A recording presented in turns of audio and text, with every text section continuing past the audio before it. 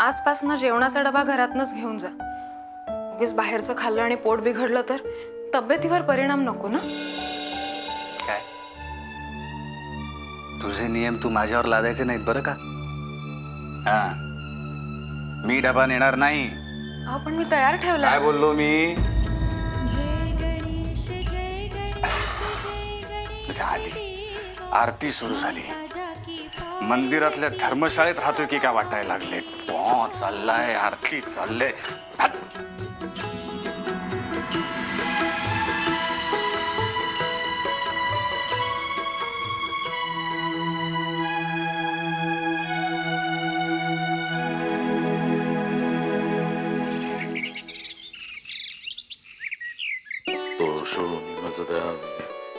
बाबा ट्रेन अगदी right time आहे. मी 5 वेळा फोनवर चौकशी केली. अगं पण मी तुला 2च वेळा विचारायला सांगितलं होतं. नाही मला उगाच टेन्शन. त्यात मी 3 वेळा उगीच फोन केला. कशाला. म्हणजे काय वेळ नको कळून घ्यायला. बरं बरं मी ह्यांना रिक्षा आणायला सांगते. हो वेळ झालीच आहे. 1 मिनिट बाबा, हा डबा आणि ही फळं. अगं ठेव ठेव ठेव. बाबा केवढं सामान नेताय. बॅग जड झाली तर उचलणार कोण. आणि 2 दिवसांनी येताय ना, गरजेपुरतं न्या. अगं गरजेपुरतच घेतलंय. माधवा जाऊन येतो मी नाशिक त्र्यंबकेश्वरला. तुझी आई नवस बोलली होती मलाही माझा संकल्प सोडायचा आहे. त्रिपिंडी नारायण नाग बळी करून येतो आणि मग हा पण तुझा या असल्या गोष्टींवर विश्वास नसेल. नाही नाही तसं नाही, पण मला ते नाही पटत. माझ्या मते आपण आपलं काम फार श्रद्धेने आणि जिद्दीने करावं. हा कावळा पिंडाला शिवणे, कालसर्प योग हे सगळं नाही पटत. आणि तशी मतं तसे विचार मी माझ्या लिखाणात सुद्धा मांडतो. काल पुस्तक वाचलं तुझं रूढी. तुम्हाला त्यातली नव्या विचारांची स्त्री आवडली नसेल, पण मला तशीच स्त्री आजच्या युगात अभिप्रेत आहे. स्त्री स्वातंत्र्य, शिक्षणाचे अधिकार हे स्त्रीला असायलाच हवे. शिक्षणाशिवाय प्रगती अशक्य आहे. काय आपल्या समाजाचे सर्व नियम पुरुषांच्या बाजूने आहेत. स्त्रियांचा फारसा विचारच केलेला नाही. विदुराने पुनर्विवाह केला तर चालतो, विधवेने मात्र दुसरं लग्न करू नये. आणि तसं केलं तर ती वाईट चालींची ठरवलं जात. मानसिक, बौद्धिक, शारीरिक भूक व गरज जशी पुरुषांची तशी स्त्रियांची का नाही. भावना, वासना, सुख सर्व पुरुषांना. स्त्रियांच्या नशिबी फक्त शोषण, अवहेलना, कर्मकांड. अशाने समाजाचा पाया घट्ट होणार कसा. पतीच्या सुखात सुख मानणाऱ्या बायकांनी स्वतःसाठी जगायचं तरी केव्हा. बायकांना पण त्यांची मतं असतात, सुखाच्या स्वतंत्र कल्पना असतात. कुठवर रूढींचं, संस्कृती, परंपरेचं ओझं त्यांनी वागवायचं. वाह किती छान बोलतोस रे माधवा. पण सामाजिक व्यासपीठावरून जेव्हा लेखक म्हणून तू तुझे विचार कथेच्या रूपात मांडतोस तेव्हा ते तू स्वतःही पाळतोस की नाही याची नैतिक जबाबदारी तुझ्यावर असते. हे लक्षात येते का तुझ्या. नाही हे केवळ पोकळ विचार समाजामध्ये तुला बुद्धिमान म्हणून दर्जा मिळवून देतीलही, पण ते तू अंगीकारलेस ना तर लोक लेखक म्हणून मुजरा करतील रे तुला माधवा.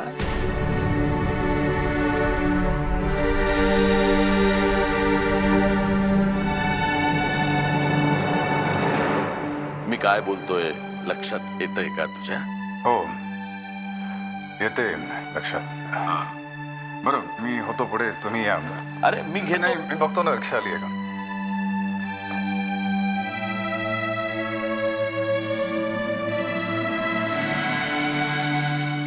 हे बघा माझ्या लग्नाच्या विषयात आपण न बोललेलं बरं.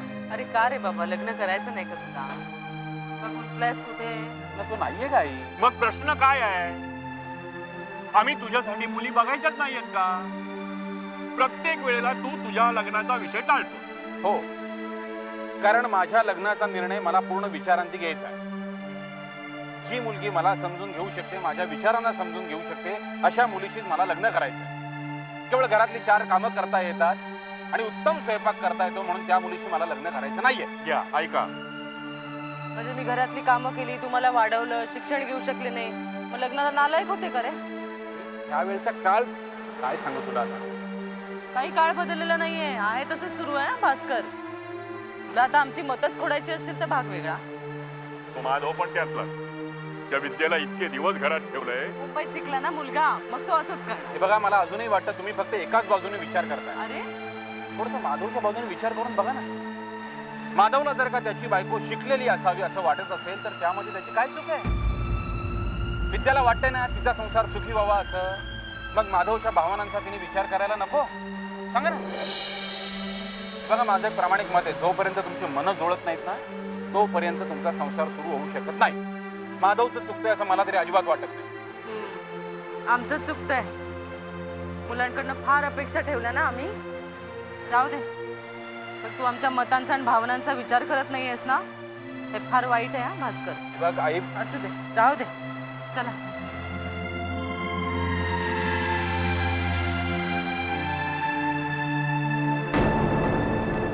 तुम्ही जर का समजून घ्यायचंच नाही असं ठरवलं तर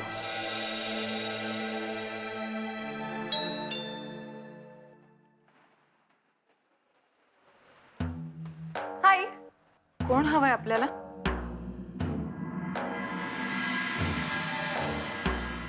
हाय स्वीटहार्ट.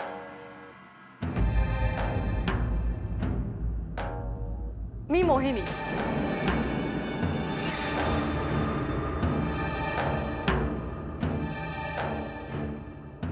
हॅलो, कुठे हरवलीस तू? तू विद्या ना? Welcome to Bombay. नमस्कार. I love this. नमस्कार, संस्कृती, परंपरेचं प्रतीक, टिपिकल इंडियन वुमन. मी हात येऊ ना? हो, या ना. हाय. हाय. आणि विद्या, अहो जाऊ म्हणू नकोस, अगं तुगं कर. काय तर मी मोहिनी, माधवची स्टुडंट कम मैत्रीण. Right professor? राईट.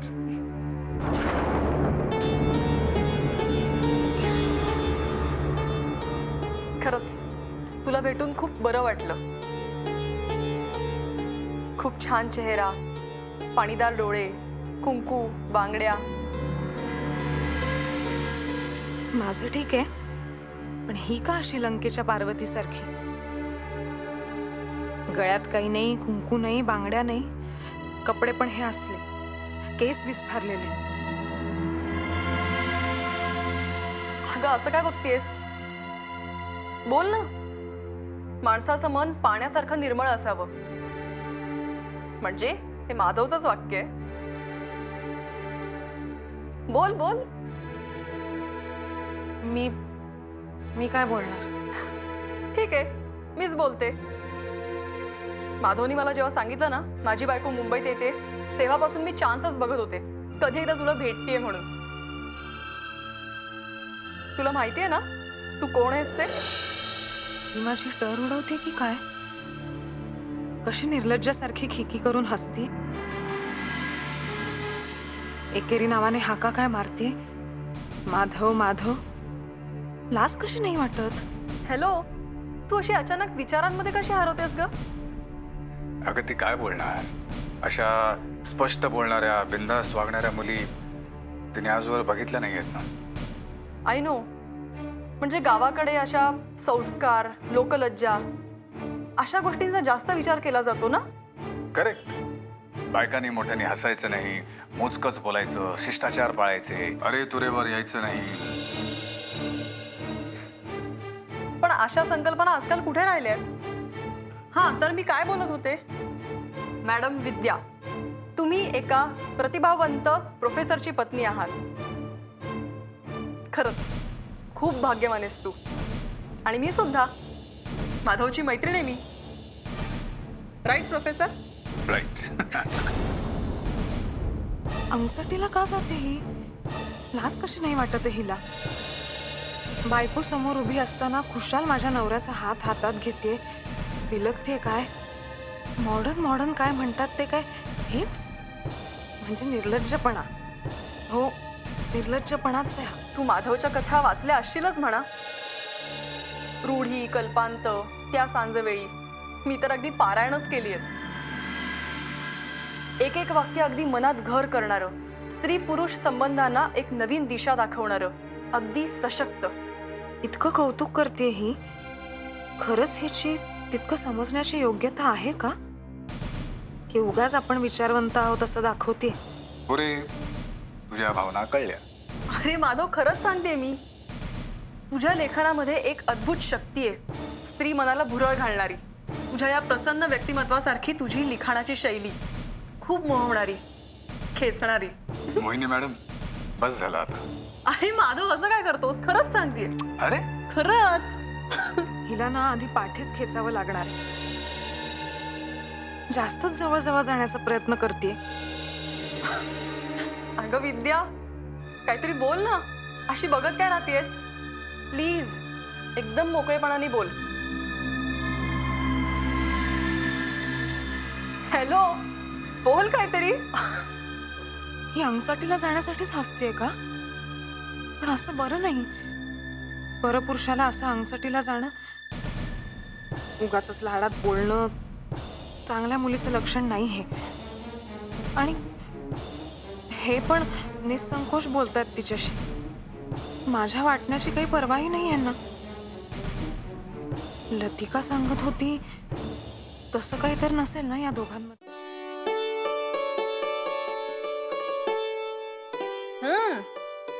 खूप छान चालेल विद्या तुझ्या हाताला. मी आजपर्यंत इतका छान बेसनाचा लाडू कधी खाल्लाच नव्हता. घर पण छान ठेवलंयस तू. म्हणजे हे कसं काय कळलं? अगं, मी याच्या आधी आली आहे ना अनेकदा. खरंच खूप छान ठेवलंयस घर. म्हणजे देवघर पूजा मला नाही जमणार, मी करणार पण नाही, पण आवडलं मला.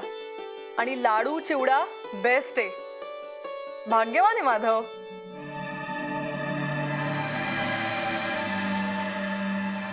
आय एम सॉरी, तुला वाईट वाटलं? म्हणजे माझं असं येणं? नाही, वाईट नाही वाटलं अजिबात. उलट त्यानिमित्ताने ओळख झाली. मग काही नाही. ज्याच्यासाठी जीवाचा आटापिटा करून लाडू चिवडा केला त्यांना त्याची कदर पण नाही की कसलं कौतुकही नाही. विद्या, एक विचारू? असं का विचारता? तू असं आहो जाऊ का करतेस ग? मला एकेरीवर नाही येता येणार. सवय नाहीये ना मला. विद्या, मला मला असं सतत जाणवतं ग की तुला खूप काही बोलायचंय, सांगायचंय. नाही, तसं काही नाहीये. मग मी खूप मोकळेपणाने वागते, बोलते, त्याचा राग आला? नाहीतर. पण मला तू खूप आवडलीस. तुझे बोलके डोळे, हसरा चेहरा. बोलका चेहरा. तो अजून बोलका झाला असता जर त्यावरनं जुनाट विचारांची, रूढी परंपरांची धूळ झटकली गेली असती तर. माधव, अरे ती शिकेल हळूहळू. अशक्य आहे. मुळात मनात इच्छा व्हायला लागते नवीन काही शिकण्याची. जोवर पुरसटलेल्या विचारांची जळमट बसली आहेत ना मेंदूवर, तोवर काही फरक पडणार नाही. तसंच काही नाहीये. माणूस नव्या मार्गावरनं जाण्याची हिंमत तेव्हाच करू शकतो जेव्हा त्याला आधार देणारा, मार्ग दाखवणारा हात सुद्धा तेवढाच प्रबळ असतो. मान्य आहे, रस्ता नवीन असेल तर ठेच लागेल, रक्त वाहील, हरकत नाही. पण आधार देणारा हात सुद्धा तेवढाच ताकदीचा हवा. करेक्ट. एक गाईड असावा लागतो, जसं माधव मला गाईड करतो. मला अजून असं कोणी नाही मिळालं. मी करू शकणार नाही असं नाही, पण मला संधी देणारा कोणीतरी मिळाला हवं. जनावरांना शिकवलं ना तर तेही माणसासारखी कामं करतात. पण माणूस माणसाला जर माणसाचा दर्जा देणार नसेल तर मग प्रगतीच्या वाटा खुंटतात. शोभतेस हा. अगदी लेखकाची बायको शोधतेस काय माधव? स्पार्क आहे विद्याबाईंमध्ये. चला निघूया आपण.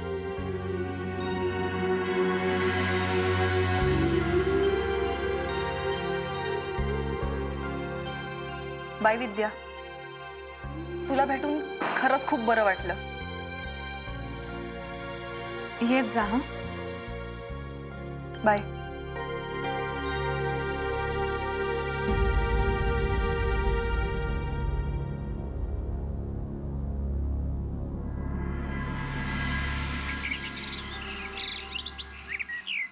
येतातच अशा मुली अंगचटीला येतात, गोड गोड बोलून पुरुषांना भुरळ पाडतात, चॅप्टर असतात अगदी.